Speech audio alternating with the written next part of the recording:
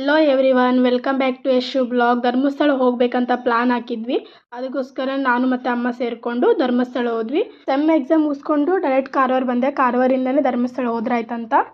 ಇದು ನಾನು ಹೋಗ್ತಾ ಇರೋದು ಸೆಕೆಂಡ್ ಟೈಮು. ಫಸ್ಟ್ ಟೈಮ್ ಹೋಗಿದ್ದು ಅಂದರೆ ಫ್ಯಾಮಿಲಿ ಸೇರ್ಕೊಂಡು ಕಾರ್ ಮಾಡ್ಕೊಂಡು ಹೋಗಿದ್ವಿ. ಸೊ ಈಗ ಸೆಕೆಂಡ್ ಟೈಮ್ ಅಮ್ಮ ಮಗಳು ಇಬ್ಬರೇ ಹೋಗ್ತಾ ಇದ್ದೀವಿ.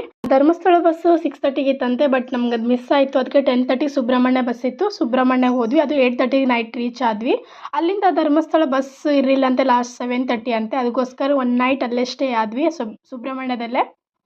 ಹಾಗೆ ಅಲ್ಲಿಂದ ಮಾರ್ನಿಂಗು 5 o'clock ಎತ್ಕೊಂಡು ಫ್ರೆಶ್ ಅಪ್ ಆಗಿ ಡೈರೆಕ್ಟ್ ನೇತ್ರಾವತಿಗೆ ಬಂದ್ವಿ. ಯಾಕಂದರೆ ಧರ್ಮಸ್ಥಳಕ್ಕೆ ಮೊದಲೇ ಪ್ರದರ್ಶನ ಪಡೆಯೋಕ್ಕಿಂತ ಮುಂಚೆ ನೇತ್ರಾವತಿಯಲ್ಲಿ ಸ್ನಾನ ಮಾಡ್ಕೊಂಡು ಹೋಗೋದು ತುಂಬ ಒಳ್ಳೆಯದಂತಾನೆ.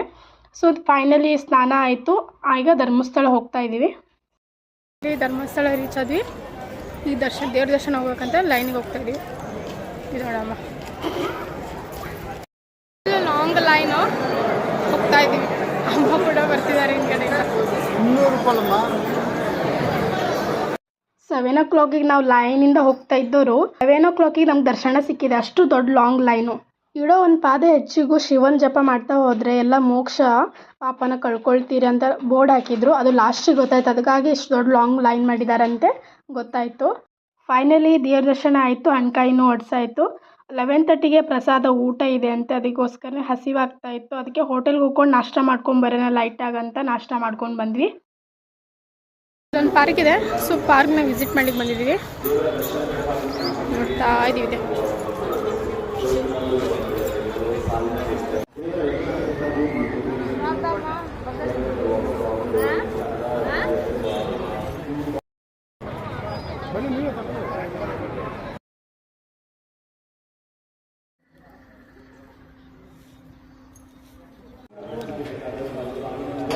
ಅಮ್ಮ ಏನು ನೋಡ್ತಿದ್ದೆ?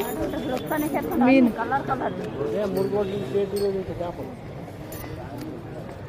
సచ్చిపోయింది ఆడుండేది